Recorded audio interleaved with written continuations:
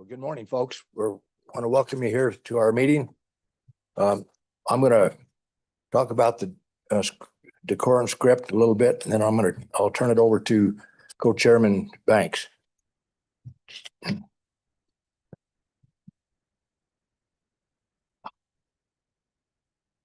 morning. Okay, as we begin the meeting, I want to call your attention to the committee's rules of decorum. Copies of the decorum rules are located with the hard copies of the agenda and are available for view on the legislative website on the page for this meeting. We note these rules at the beginning of each meeting simply as a reminder that we expect everyone in attendance to be treated in a courteous and respectful manner. And so if you need some time to go find that, why, go ahead. But we got 4 bills to discuss this morning, so we'll get started right now, and I'll turn the time over to Co-Chairman Banks. Thank you, Mr. Chairman. So we'll start off with roll call this morning. Mark? Representative Banks, Here. Representative Davis, Representative Fornstrom. Here. Representative Johnson, Present. Representative Ottman, Representative Provenza, Representative Schmidt. Here. Representative Strock. Here. Chairman Winter. Chairman, you have a quorum. Thank you. All right, committee. So the first bill for our consideration this morning is Senate File 70. Omnibus Water Bill Construction. And if you recall, we saw a bill similar to this earlier in this committee. And again, how that originated. So the planning bill originated in the House. And of course, we discussed that and all the projects involved with that. And the construction bill started in the Senate, and now that's before us.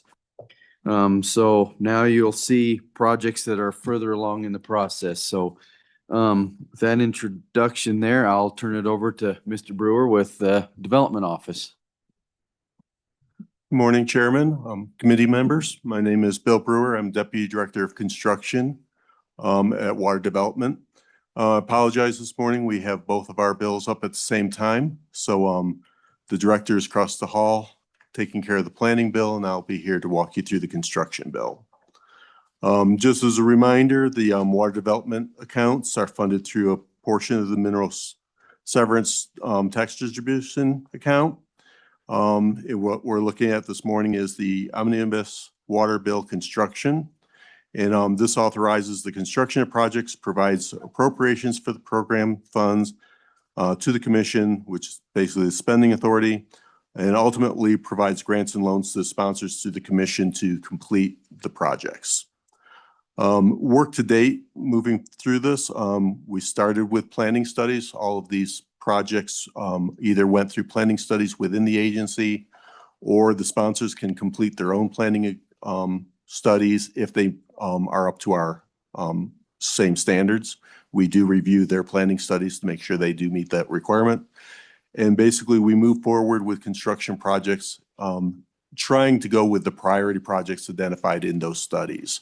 Occasionally, we go out of order for different reasons. If they can't afford the biggest project at the moment, sometimes we'll go to the second project. But essentially, we try to do the projects in the order of that they're required. Applications were received last September 1st. And so we've been working on these projects for about 5.5 months now to get to this point. So they've been pretty well vetted up to this point, reviewed. Not all of the projects that came in have made it to this point. Not all the projects that started are in the same form. Some of them have been reduced. If they're very large projects, we have to phase them. And we try to break the project up into a logical selection so that we can move projects along without getting oversized projects that we can't complete within a 5-year period or within the funding we have. So at this point, so the projects go through and are recommended at the November meeting to the Water Development Commission. Select Water Committee is at that meeting to listen in, ask questions. The sponsors are physically or virtually present at that meeting to ask questions, drill down any information that's additionally needed. If it moves through that process, then we come back. In this year, we came back in January being a short session. Any changes we were requested to make, we've adjusted on. Those are represented to the commission. If they approve where we're at that point, it moves on to Select Water Committee the next day. And if Select Water Committee approves where we're at, then they introduce the bill as presented. So I'm just going to kind of work through this big notebook here for a little bit, just to step you through. We're not going to go through the whole thing, respectful of your time. So the first page is this blue sheet. We'll be coming back to that in a minute. That kind of summarizes everything, but that's the first thing you come to. The second page is the fiscal note for the agency. So it's got all the different information for us.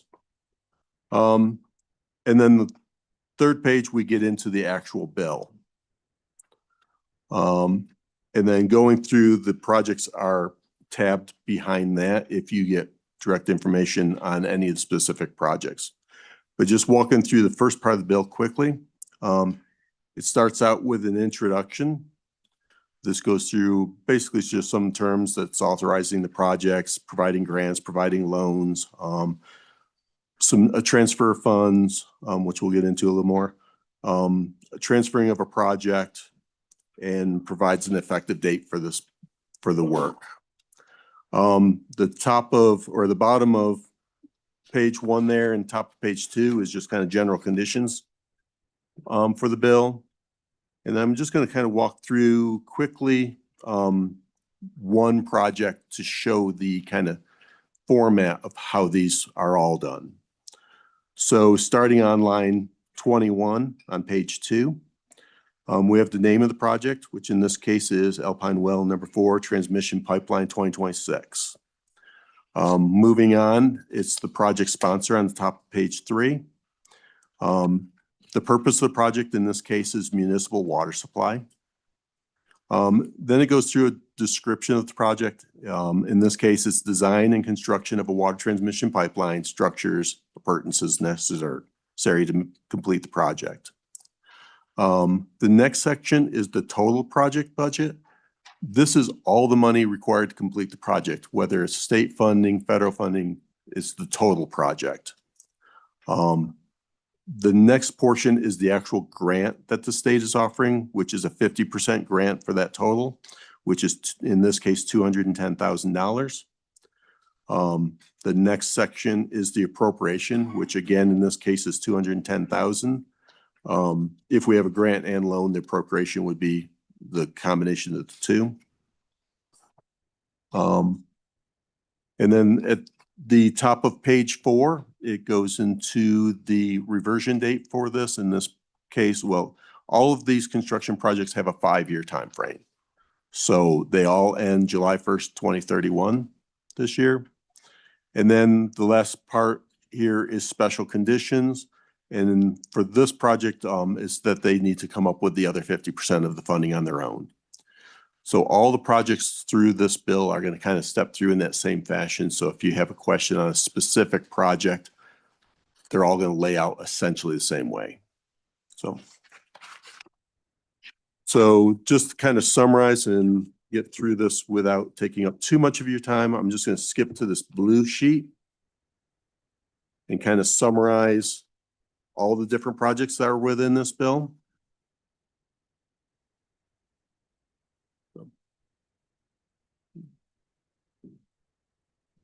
Give you a second here.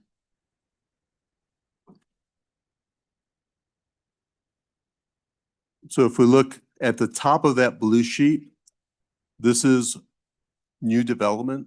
So you'll hear us kind of interchange between new development, account 1. So account 1 is new development projects for us. This year we have within the new development, we have 3 construction projects. We also have the authorization for cloud seeding for next season. And like I say, there's no funding involved in that. It's just the authorization to complete the work. We also have a forest management study within that. And we also have small water projects, which are $35,000 projects. There's multiple ones within there that are authorized later, but this is the main funding that goes into that small water. So from account one this season, we're looking at a little over $5 million. So $5,231,500, sorry. That will be in the account one projects. So moving into the rehabilitation projects, this is our account two funds. There are 17 projects, construction projects in the account two portion of the work this year. And also there is the account two small water projects within this section. One thing I would like to point out is if you look, I guess it'd be this tab I, page 14 line. If you go all the way to the far right, you'll see that it's a 20-year loan at 4%. And then you'll see there's a note 1. Because recently we have had considerably more requests within the rehabilitation portion of our funding versus the construction funding. We need to do a transfer of account 1 funds over to account 2 to complete those projects. So all of those projects going down through there that have note 1 is essentially saying that those projects are contingent on that transfer. If the transfer doesn't happen, those projects can't happen. But overall, we're staying within the funding we have available. It's just, it's needed in a different area than where the funding currently is. The other thing I would point out is along the terms of the loans, you can, or terms of different projects, you can see the mixture of whether there's, 50% grant, a grant and loan. We do have some that are 100% materials only grants. That's where the sponsor hires their own engineer, hires their own, uses their own construction equipment, uses their own staff. This way, basically, those irrigation districts can put their ditch riders to work during the winter and keep them employed year round. And it's very beneficial to the agency. Those 100% grant projects are actually cheaper than doing a 50% grant. Yes, go ahead. Thank you. For the transfer on that footnote, I'm wondering if we've done that before, if that's common practice. Yes, it's been relatively common for the last few years. Okay. So at the bottom of that water development account 2 account, you'll see that this year there is $22,659,625 in projects related to the rehabilitation account. So this year there are no account 3 projects, so we'll skip into amendments. We have 9 amendments that are related to time extensions. And then we have 1 amendment that has funding involved. And this is the Hoback Junction Public Water Systems Project.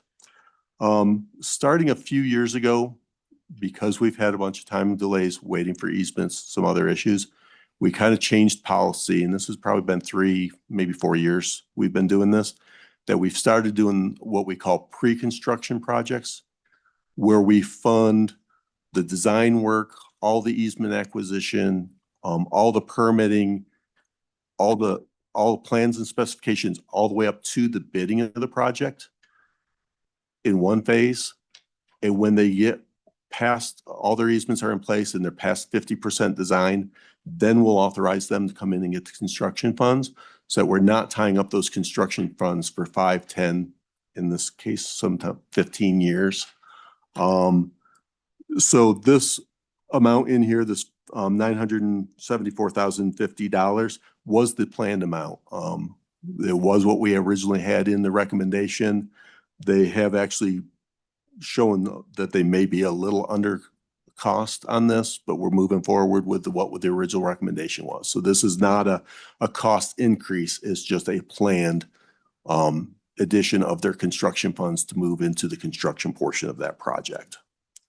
So within the amendments, we have that total $974,050 for additional funds in amendments. The next line there, looking at the far left, it'd be tab L2. That's the transfer of funds. And as already mentioned, that it has been going on for the last several years now that we've needed to do that. And in this year, it will be $16 million. And that will essentially leave us at the end of this with a relatively balanced budget between account 1 and account 2 to move into the second biennium.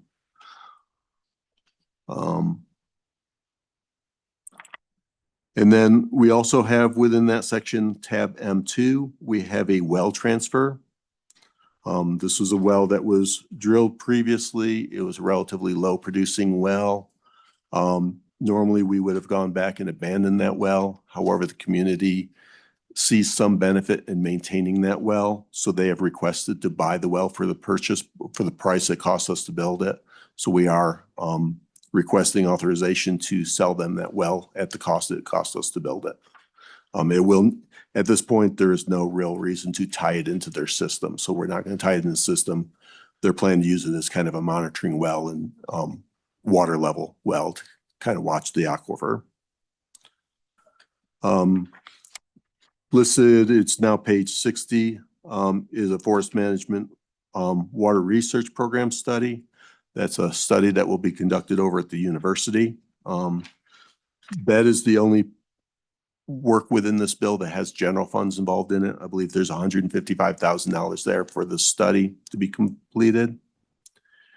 And then page 61 is an internal request for a water project program summary to review that small water program to see whether or not we can come up with some efficiencies on the application process. So I believe that's some summary of everything I've got. I'm open for questions or anything else you have. Thank you. I really appreciate you walking us through that, Bill, and all the projects. Give us a good summary. Questions committee. Yes, go ahead. Thank you, Mr. Chairman. In terms of the overall totals, maybe by sections or just overall, what is the percentage of loans versus grant funds? Go ahead. Off the top of my head, I'm not quite sure. I'm not sure if David has that a little more. For municipal projects, we do not do any loans anymore. We recommend all of those over to SRF because they can offer a better interest rate than we can. Our interest rate is set at a minimum of 4%. Currently, the SRF program can do 0%. So for the last several years, probably 3 years now, we've been referring all of our municipal loans over to them because it's better for the sponsor to use those loans. For ag, there is no equivalent loan program, so we still do some loans for the ag and portion of the projects. But it's off the top of my head, I'd say maybe 20%, but it's getting lower. Further questions? Go ahead. Thank you, Mr. Chairman. Thank you for being here today. I'm kind of curious, once these projects get turned over to the end user, to the municipality or whatever district it's in, is there any user fees? Do you give them a recommendation of the user fees to keep this project, the maintenance up on the projects, and how does that work? I know there's several projects that have, they let go of the maintenance and then they come back to us for more. So is that part of the study? Go ahead. Chairman, through you. Yes, as part of the study, we do evaluate their current fees, recommend fees. As we move in, if there's any kind of a loan associated with the project, we review their fees and ensure that they can make their loan payments and give them suggestions. However, we have no authority to force them to charge a proper fee. Further questions? I'd appreciate it. Thank you for walking us through that.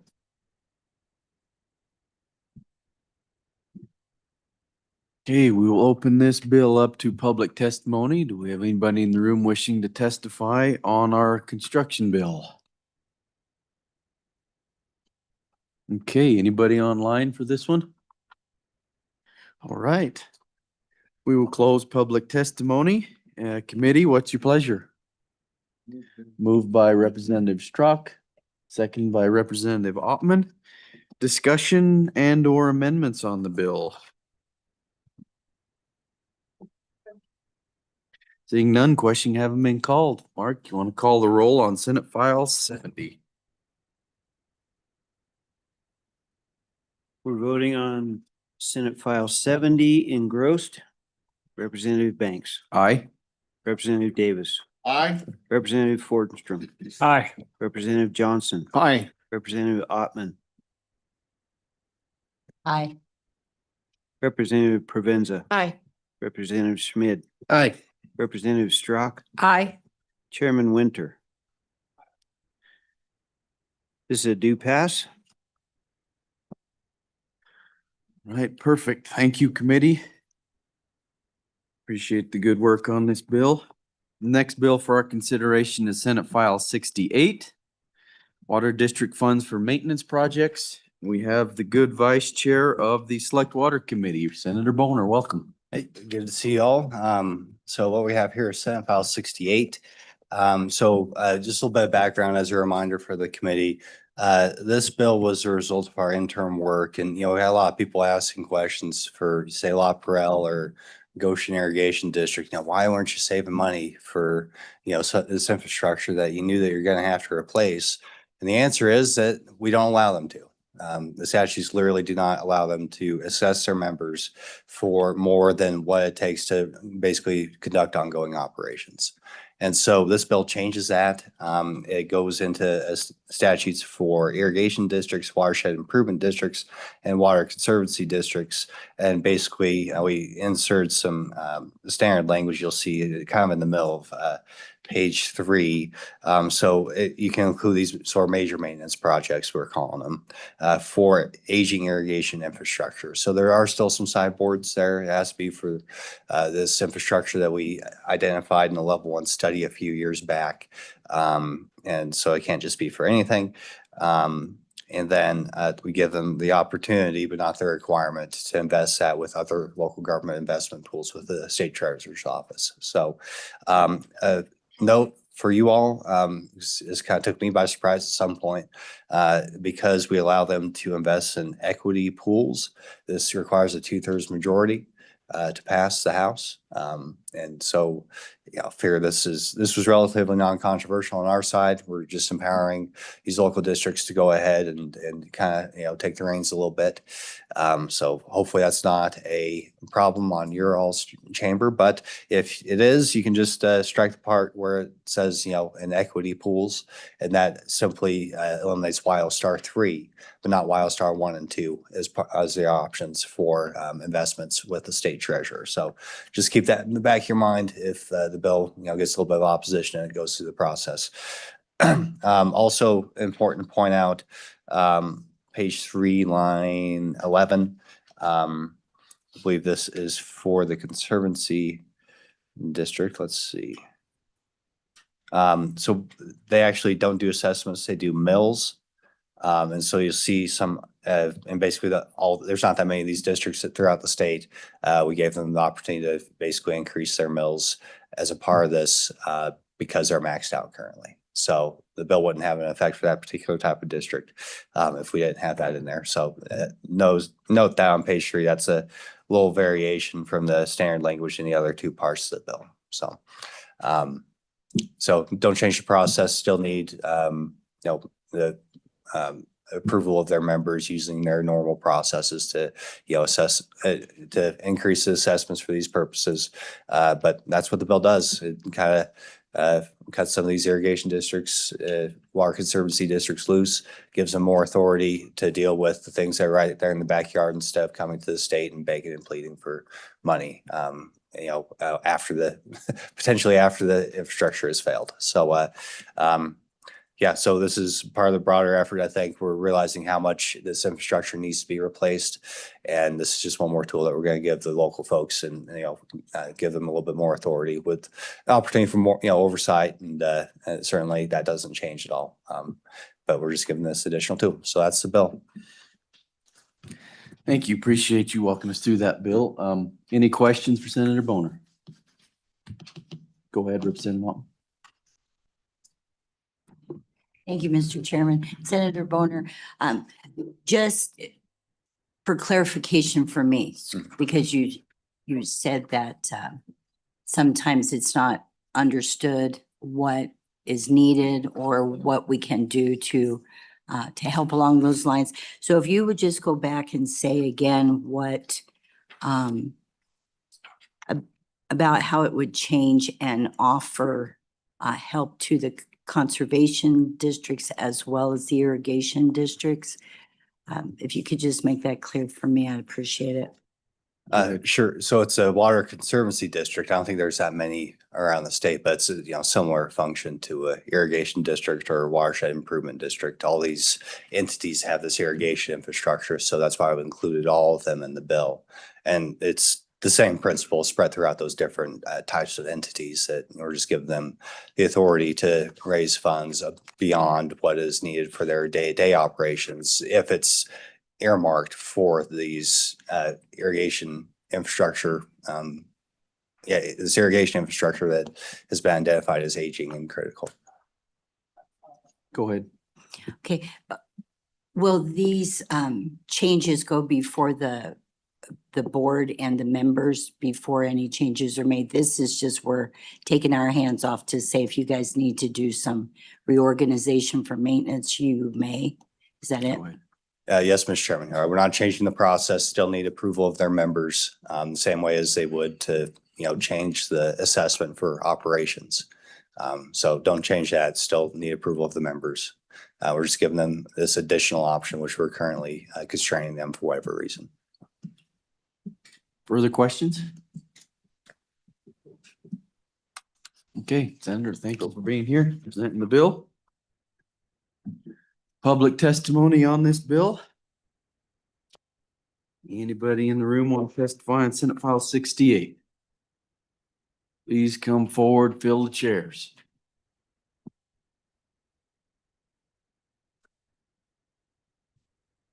Ladies first, go ahead. Thank you, Mr. Chairman, members of the committee. Kelly Carpenter with the Wyoming Farm Bureau Federation, sitting in support of this bill. Investment in water infrastructure is a top priority for Wyoming Farm Bureau members. This bill is a step in the right direction to help with cost share involved in the aging infrastructure of irrigation district projects across the state, allowing savings and assessment, increasing assessment, local control essentially for these projects, balances fiscal responsibility, and is a prudent investment overall for our water infrastructure. Thanks, and I will take any questions. Questions, committee? All right, thank you. Appreciate testimony. Please. Mr. Chairman, Keith Kennedy on behalf of the Association Irrigation Districts as well as Crop Improvement Association. We also support this, and to be very short and sweet about this, it's a lot more fun to earn interest than to pay it later. I think that's probably one of the prime things to look for here is this is an effort for the locals to help control their destiny further on down the road. They may not be able to necessarily pay for the entire project, but it also helps them accumulate that money for that cost share up front. And with that, I'd welcome your questions. Thank you. Questions, committee, for Mr. Kennedy? Go ahead. Thank you, Mr. Chairman. So if I'm reading this correctly, an O and M account, say an existing O and M account, now with this legislation, we'll be able to invest it at that higher rate in that Wildstar 3 where that wasn't available before. Is that correct? Go Mr. ahead. Chairman, I cannot answer that question. I don't know where the O and M account can be invested. Senator Boner, if you got that answer. Yeah, I'm not sure if there's any constraints as, what maybe they could put it in a CD at the local bank, or something like that. But right now they don't have access to the larger state treasurer's pool, which of course, the more funds you put in, the greater return you're likely to have, and so I'd like to think that we're giving them more options and still maintaining the liquidity of the funds. Since they should know the time frame, that's part of the study was, how long does this irrigation infrastructure have? And so, yeah, it just gives them more options. It gives them the ability, but not the requirement to use some of those local government pools, which local entities already take advantage of all the time. Thank you, Mr. Chairman. Go ahead. Thank you, Mr. Chairman. And Senator Bonner, I see that they may invest in the state treasurer's funds. I mean, our state treasurer's blockbusters. What, if they don't invest with the treasurer, what other rate of returns do they have? I mean, what's their, you're allowing them to invest otherwise. What's the? Mr. Go Chairman, ahead. I think to a great extent, it would just depend on the timing.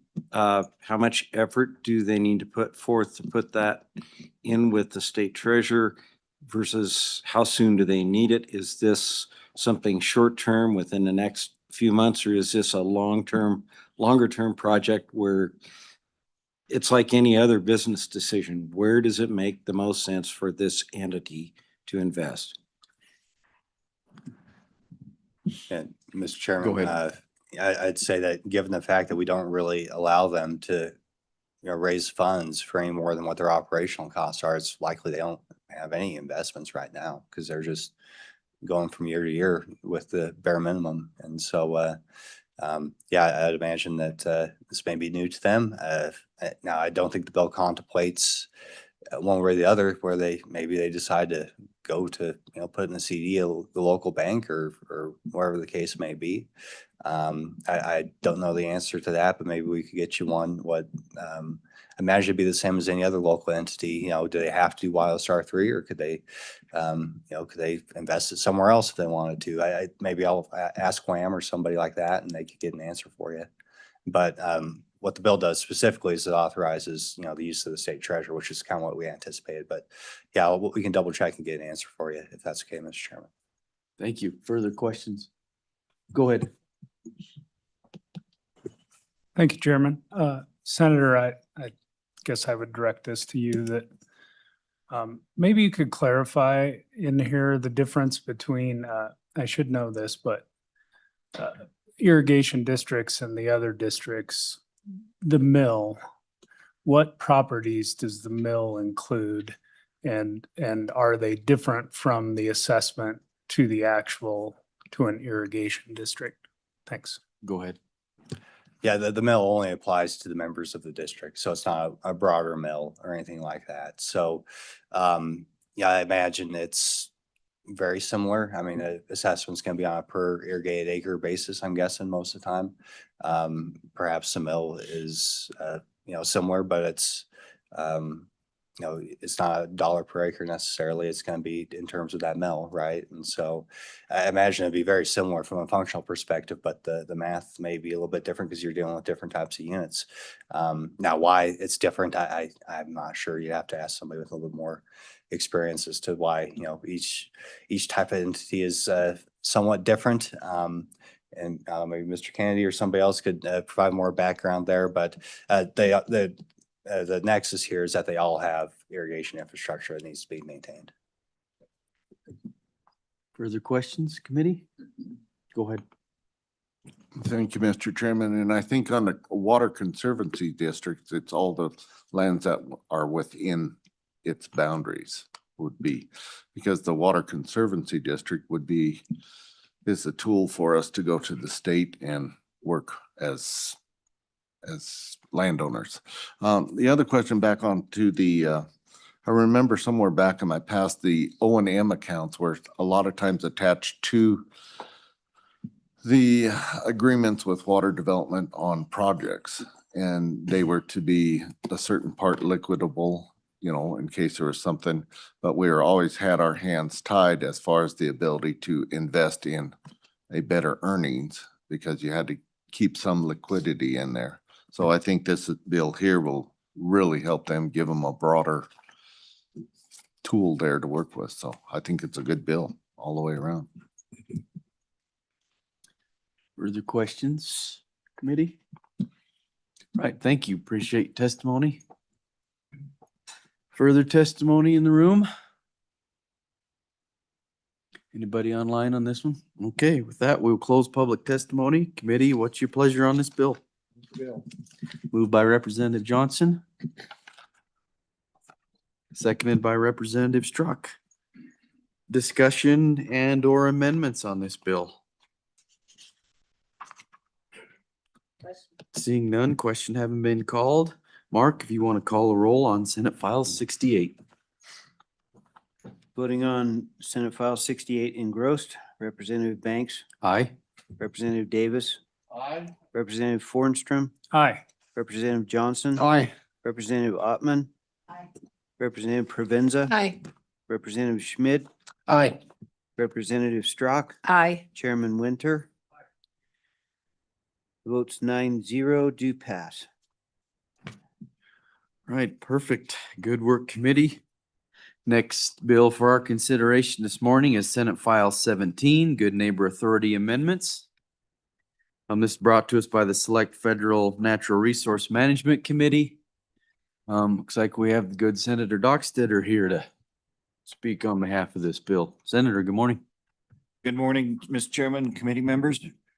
Bringing Senate File 17, Good Neighbor Authority Amendments. Members of the committee, we worked on this in the interim over the summer, looking for ways that we could reach out and kind of bring the small sections of the forests across the state back to life with some timber harvests, restoration work, planning, and all of that. And I would report to this committee that we had a good summer and we got something lined out. We've been moving it through the other parts of the building. So I bring you Senate File 17, Good Neighbor Authority Amendments, and give you just a brief explanation, Mr. Chairman, if that's okay, and then give you some background. Mr. Chairman, page 1, we removed the restrictions on the Good Neighbor Authority employees, cover it with Wyoming State Forestry Good Neighbor revolving account. We ran a technical correction amendment on the other side of the building for pages 1 and 3. Then page 2, we include provisions and grants for, we include provisions for grants, gifts, and donations, etc., along with a statute to accept those gifts and donations and so forth. Page 3 and 4 includes the language for the employees, and it eliminates the language on FTE and contract employees. So, Mr. Chairman, what does all this mean? Members of the committee, what does all this mean? More timber. Yes, there will be expenditures, but there will be a return on our dollar. Estimated to $6 million for 27, 28, and 29. Timber sold through the state contracting system will generate an annual revenue of $6 million. Good Neighbor staffing estimated to be $228,000 plus for salary and benefits for 2 FTEs. Contractual services are estimated at 5.6 and 5.7 through 2028. Members of the committee, with the Good Neighbor Authority, we've got sales. This is important. We've got sales at Union Pass and Big Sandy in the Pinedale area, Sled Runner in the Big Piney Pack Trail Salvage area near Jackson, and numerous small sales in the Kemmer and the Grays River districts. In addition, we have a group called the Grays River Collaborative that's been out touring the small mill operations and talking about ramping up their work and services and tying in some of these sales. Mr. Chairman, members of the committee, I hopped in the truck with one of our district rangers on the southern end of the Bridger Teton, if I can use these names for a minute, out on the west side of the state. And we just drove the forest one day and he says, we could take this area, harvest it, restore it. We could take this area, and we kept stopping and saying, these are potential areas. And it's not just about the timber. It's when we do these things, it kind of revives some of the road work, improves the fisheries. And in this particular section of the forest, I got to commend this young district ranger. He's using volunteer work from across the nation to restore the trails, the non-motorized trails for horses, bicycles, and walking and all of that. In my other capacity, my other job, I went out and photographed some of this work this summer. I'm just very impressed with what we're doing. But the main point of this bill, Mr. Chairman, committee, is get some of these small sales up and running, turn some dollars over, put some people back to work, and get our mills back in operation, make use of the product. Thank you, Mr. Chairman. Stand for any Thank you. questions. Appreciate you being here, giving us a report on this bill. Questions, committee, any questions for the good senator? Go ahead. Thank you, Mr. Chairman. Senator Dockstetter, I just want to thank you for bringing this. After you get to a senior age, you can look back and say, oh my goodness, what did we start to change 55, 60 years ago to get into the situation we are? And bringing back these policies and ideals were exactly what they were for so many reasons. So I just wanted to thank you. Thank you. Thank you, Mr. Chairman. Go ahead. Representative, I'm on those years too, 40 years watching a big major forest out west. We preserved it and loved it to death. At the same time, we didn't help restore it. And this is an opportunity to do that. Other questions? Okay, Senator, thank you. Appreciate you being here and bringing this bill. All right, public testimony on this bill, please.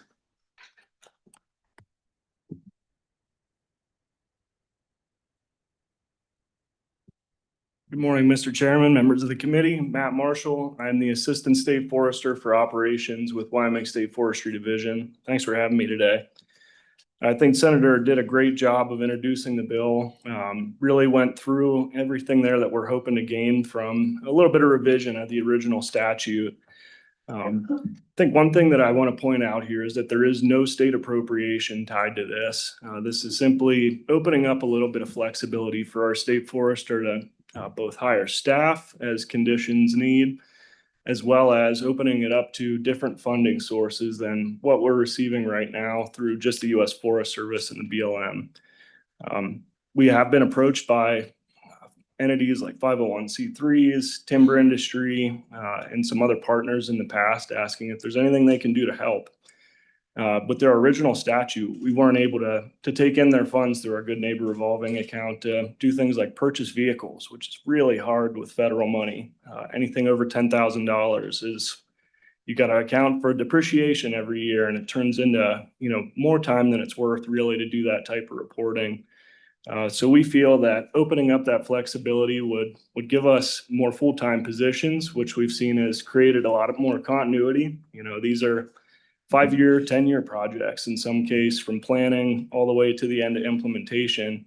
And when you have one project manager, one project lead, that provides the continuity of both the partners on our federal land so that they know what's going on, as well as those contractors. They don't want to see 3 different people coming in and telling them 3 different things. So we've seen a ton of turnover in our AWEC staff that we had before. About 8 months is our normal turnaround time. That's not enough time to get one of these projects done.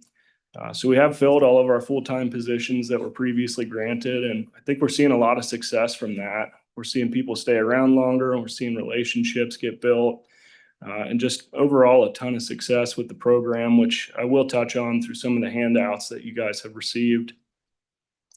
To that point, State Forester Norris is a couple doors down, and she had a great testimony for you guys. If she comes in, I'm sure you'll get to hear some of that, but I am going to just skip to these handouts, give you a little bit of an explanation of what we're showing you here and why it matters.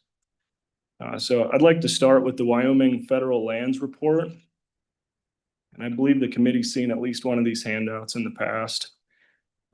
This Wyoming Federal Lands Report, what it's doing is just summarizing all the accomplishments of the Good Neighbor program from 2017 to now. So in 2017, I believe it was Senator Barrasso brought forward the idea that the states need to have a little bit more skin in the game on the federal lands within their state. Through that, the Good Neighbor Authority was developed, and State Forestry took that and started to run. It was a pilot project up in the Black Hills where they needed a little bit of support, a little bit quicker turnaround time on their contracting. And we were able to do that because we took that timber sale from the federal side and were able to implement it through state statutes and state contracting, which turns it around in about 4 or 5 times faster than most federal lands contracts, which is fantastic. So the other piece to that we've heard from our contractors that they really liked with that initial sale that we've continued is instead of getting a 3-ring binder from the Forest Service partners, they're getting a 15-page contract. That's just what they need to know. They've got the local contact with our state forestry staff, and we don't need to make this more than it is. It's the way we look at it. So from 2017 to now, some of the major accomplishments that I want to point out on here are that we have contracted 96 projects. 40% of those were contracted in fiscal year 26. So I think that shows that we've taken this as a pilot, starting on the Black Hills with that one project to see, can we do this? And we've turned it into a program that we're turning around more and more contracts every year. To Senator's point, we are putting out a lot more timber volume than we have in the past. This year, state forestry in Wyoming has put up 65% of the timber sales in the state on federal lands, which I'm very proud of. I think that's a huge accomplishment for the state to be able to take that on, especially when our federal partners have started to see some capacity issues with staffing. And again, these executive orders that have been put down from President Trump as well as our Governor Gordon to increase our production, increase timelines, and really support our industry. We feel that this program is doing that. There are some more graphs on the back that'll just show you acres completed, revenue earned within these forests, which is another point that Senator brought up. Whenever we earn this revenue, I'll use the Black Hills again as an example. We can turn around and spend that once again on other projects. So not all timber sales bring in revenue. Some of them need a little bit of a push to get it across the line. Diesel fuel being the major driver there is just making it really expensive to get this type of work done.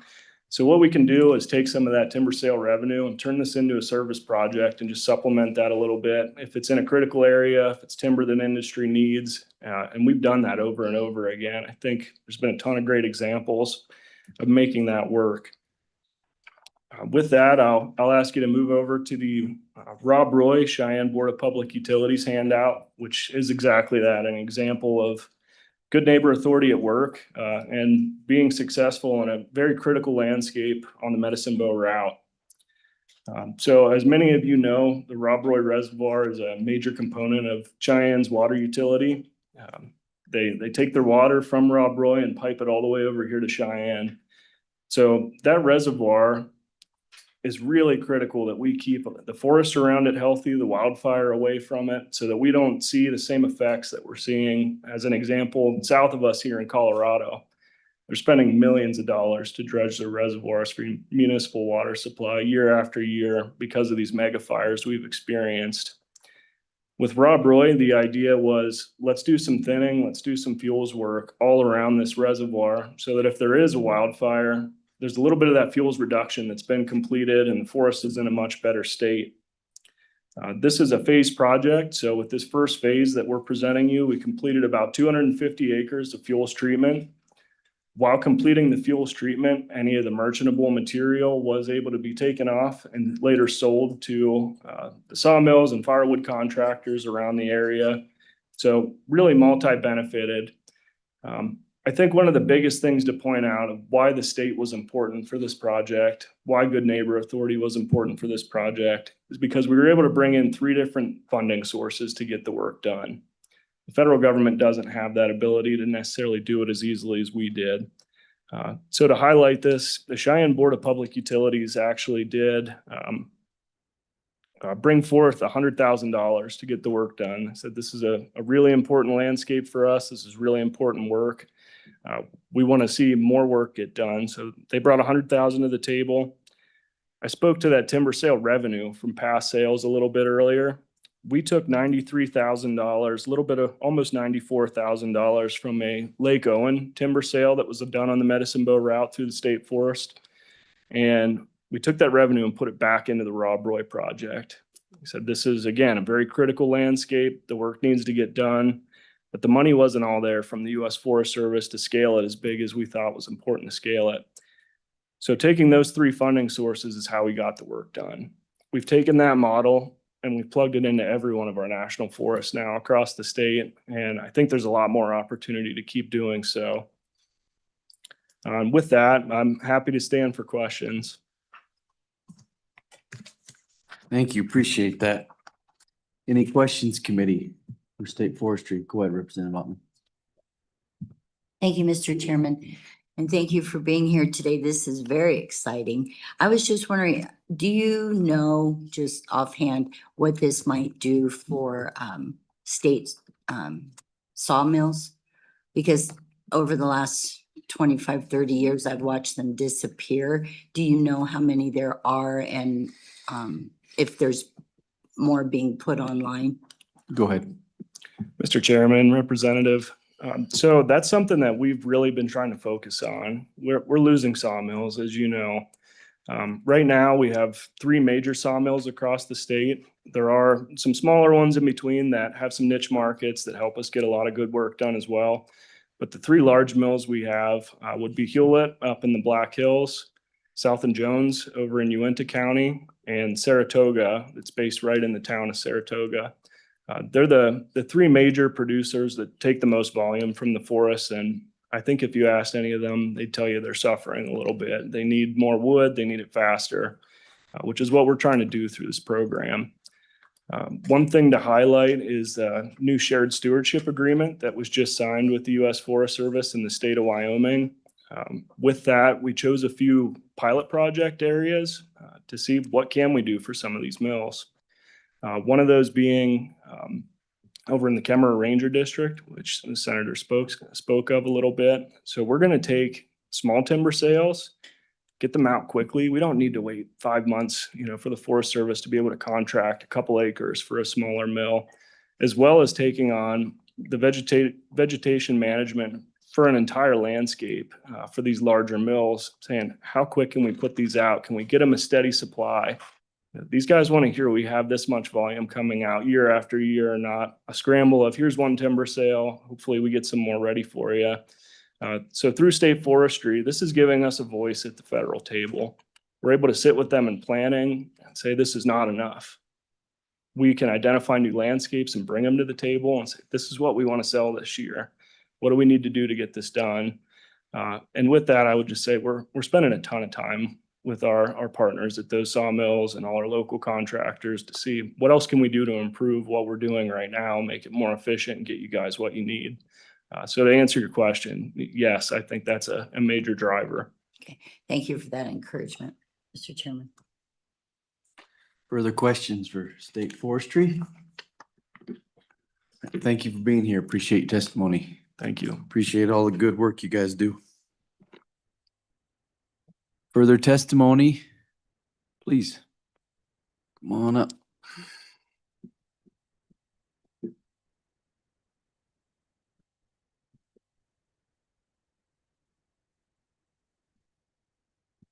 Morning, Mr. Chairman, members of the committee. My name is Bill Krapser. I'm the retired state forester of Wyoming. I retired 3 years ago. I'm also here representing Nature Conservancy. I'm on the Wyoming Board of Nature Conservancy. We started working on Good Neighbor Authority with Senator Barrasso in 2010. It was an uphill struggle until it finally the authority got codified by Congress in the 2015 Farm Bill, and it's kind of expanded by then. When I was state forester, we came to you all several times, getting the program kind of started in the state. And to be totally honest, when we first got the 4 seasonal AWACS, in my wildest dreams, I didn't think we'd ever come back to you and ask for more, because I just didn't quite trust that the Forest Service was going to actually have the willpower to expand the program like they have. I think it's been a wildly successful program, not just in encouraging forest management on the national forest and on BLM lands, but on getting some volume flowing. Representative Ottman, you talked about sawmills. I don't believe you're going to see an instantaneous switch in sawmills, but I think it's Good Neighbor Authority has allowed to start to have the federal agencies start to change their culture on management and on harvesting timber. And as state forestry talked about, that takes some time for people to look at investment. As you all know, the cost of things have got incredibly expensive. I think a small, highly technology sawmill is north of $100 million to build right now. So it's going to take some of that time, but to get to where we need to be, you're going to have to be doing management on the ground also. With that, I won't take any more of your time. I appreciate being able to be here today, and I'm totally self-centered. I'm really proud of where a program we tried to get started 15, 16 years ago, where it has developed and got the traction it has. Thank you. Thank you. Questions, committee? Go ahead. Thank you, Mr. Chairman, for your patience. I just wanted to say, sir, thank you for being here, but also you might be happy to hear that there are some small local sawmills that have been kind of taken offline that are being reinvigorated. So for the local economies, we are doing some things, and we're seeing furniture stores or furniture people and different things like that coming online. So we're not going to wait for the $100 million. Always, we'll get started where we can and then just help progress. Thank you. Chairman Banks, ahead. Representative Ottman, I agree with you. I'm not optimistic enough to think that we're going to see huge investments in big mills back in Wyoming, just because, in all honesty, there's places you can grow saw logs a lot faster and a lot cheaper than you can in the type of country we have. But those small businesses in the local communities, I think, is the future, and it's where it's important for the state. Thank you. Go ahead, sir. Good morning, Chairman, members of the committee. I'm Jerry Parker. I'm Park County Fire Warden. I'm representing the rural fire chiefs and the Wyoming fire chiefs. And I'm just here to support this bill. To me, this is a win-win opportunity. Not only do we get to work on our forests and make them safer for the people that live in them, but again, we can create some jobs and maybe start them smaller sawmills back in operation. Thank you. Thank you. Appreciate your testimony. Questions, committee? Hey, gentlemen, thank you. Appreciate your testimonies. Further public comment? Come on up, fill the chairs. There's 3 chairs up here, so.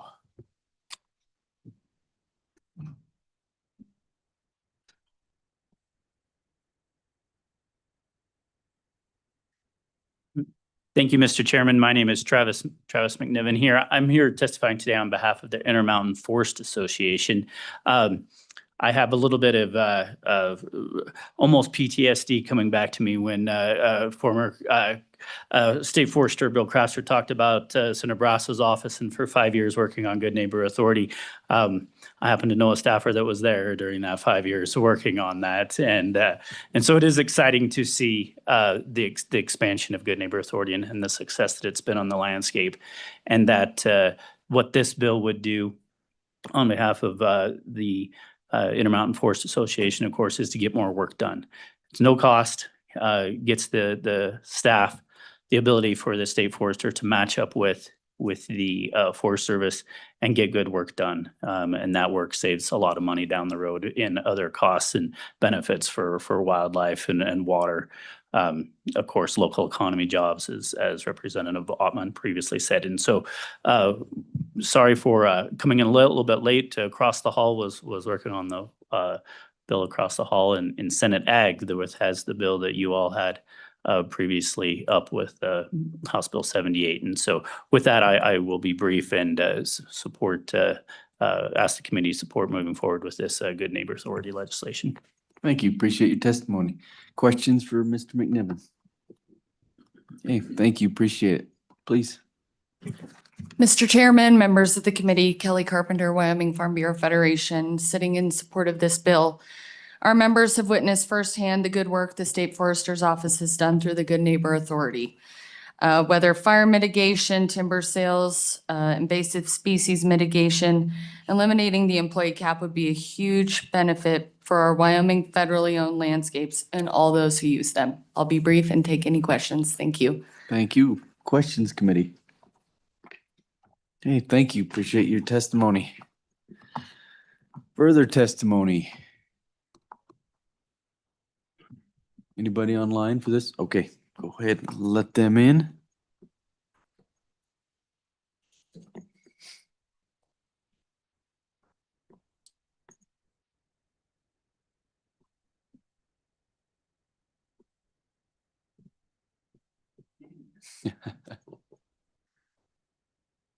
Morning, please go ahead.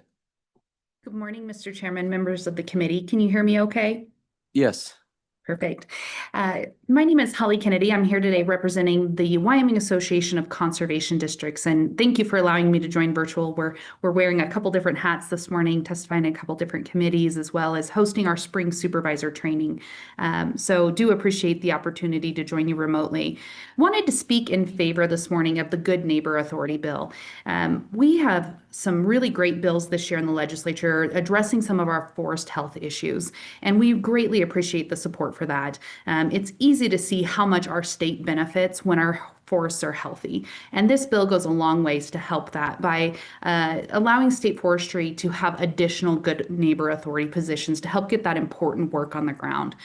Can't speak enough to how important that is to our forest health, to the waters that come off of that forest, and to wildfire prevention, which I think we've all seen how devastating that can be to our natural resources here in the state.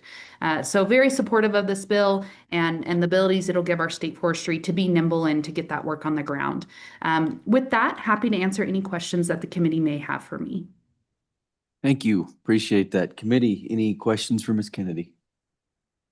Okay, thank you. Appreciate your testimony. Thank you so much. Further public testimony?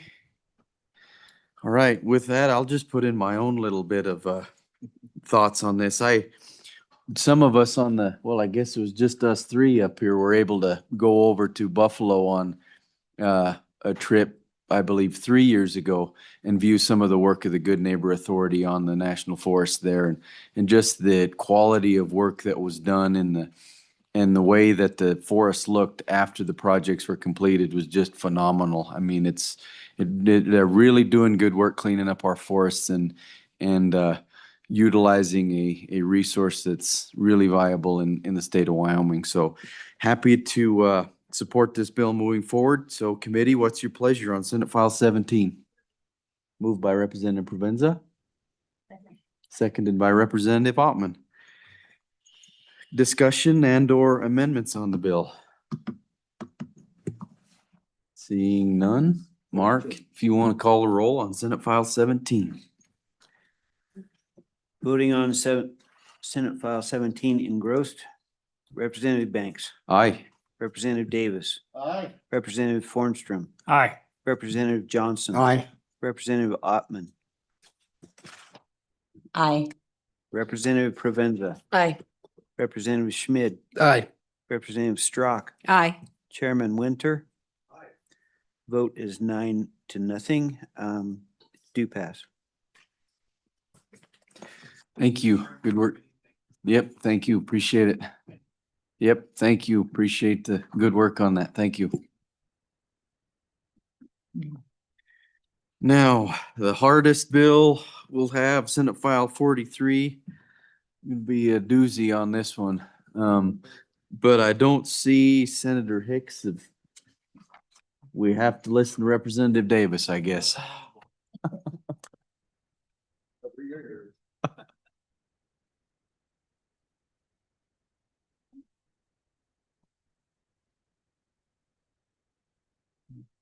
Thank you, Mr. Chairman. Good morning, members.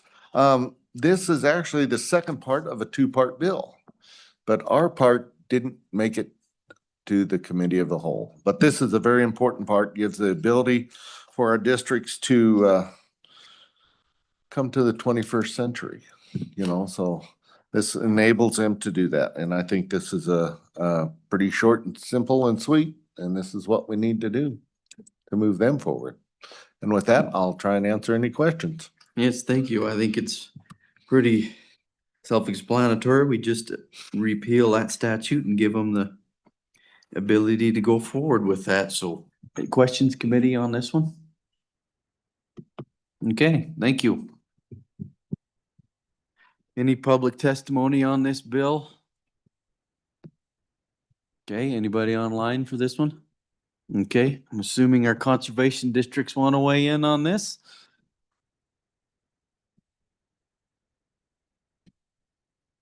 Hello, welcome back. Good morning once again, Mr. Chairman, members of the committee. Holly Kennedy testifying on behalf of the Wyoming Association of Conservation Districts and our 34 independent conservation districts across the state. As you alluded to when this bill was introduced, just an important piece of legislation to help our conservation districts be able to carry out their everyday business, the same as any other business might be able to take out a loan to acquire an asset such as a building or a vehicle or anything like that. Just looking to give our conservation districts that same ability through this bill. Happy to answer any questions that the committee may have for me. Thank you. Any questions for the conservation districts? Okay, seeing none. Thank you. Thank you so much. Okay, with that, committee, what's your pleasure? Senate File 43. Pardon? There wasn't. Moved by Representative Strack, second by Representative Schmid. Discussion and or amendments on the bill. Seeing none, question having been called. Mark, if you want to call the roll on Senate File 43. Representative Banks, Aye. Representative Davis, Aye. Representative Fornstrom, Aye. Representative Johnson, Aye. Representative Ottman, Representative Provenza, Aye. Representative Schmidt, Aye. Representative Strack, Aye. Chairman Winter. Chairman, the vote is 9-0. This is a due pass. Right, thank you. Good work on these bills, committee. That clears our docket, I believe, so we are adjourned.